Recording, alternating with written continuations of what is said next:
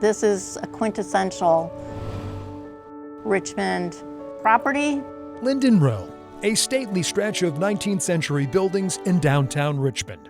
I think folks from far and wide have come to recognize and acknowledge Linden Row as this special part of Richmond here on Franklin Street. But at one time, this fabled landmark faced demolition. It would have been heartbreaking. I can't imagine it because I have seen similar buildings lost.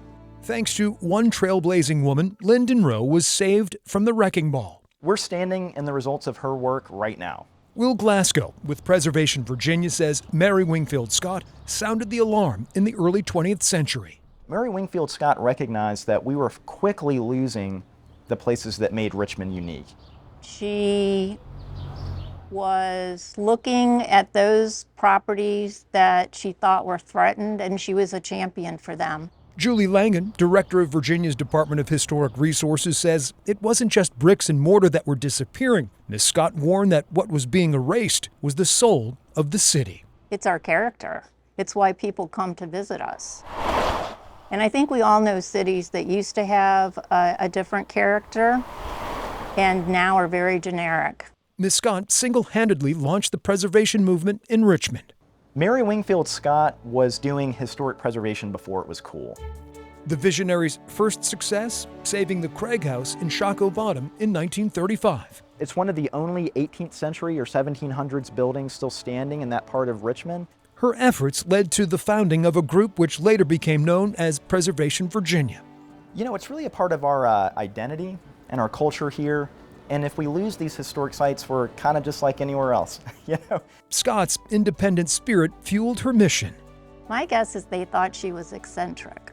The Richmond native documented blocks of buildings and led city tours. She was a person who I wish I had met. She sounds as though she was quite the character. Miss Scott even authored 2 books in the 40s and 50s. The Patrick Gibson House, which was unfortunately demolished in 1931, and that was off of Lee Street. The pages of Houses of Old Richmond at Old Richmond neighborhoods document what survived and what was lost. The Whitlock Double House, demolished in 1959. Miss Scott put her money where her mouth was. During urban renewal, when cities across America were gutted, the historian bought houses destined for demolition in Oregon Hill and across the city. I think in so many ways we should be grateful to her. Her actions stopped wholesale destruction. You wonder what it would have looked like if she wasn't here to do that kind of work. She also purchased 7 buildings along Linden Row. Repairs for Miss Scott, DIY. She rolled up her sleeves and used a trowel and some brick mortar and started to repair the brick. She was quite literally a hands-on preservationist. Mary Wingfield Scott died in 1983 at the age of 88 and is buried in Hollywood Cemetery. 40 years after her death, the historian still inspires. I think that there is an enduring legacy here in Richmond attributable to her. Fittingly, a highway marker was dedicated recently in her honor right outside of her beloved Linden Row on Franklin Street.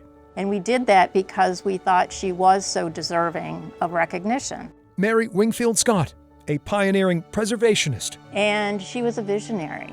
Who saved city gems, one brick at a time.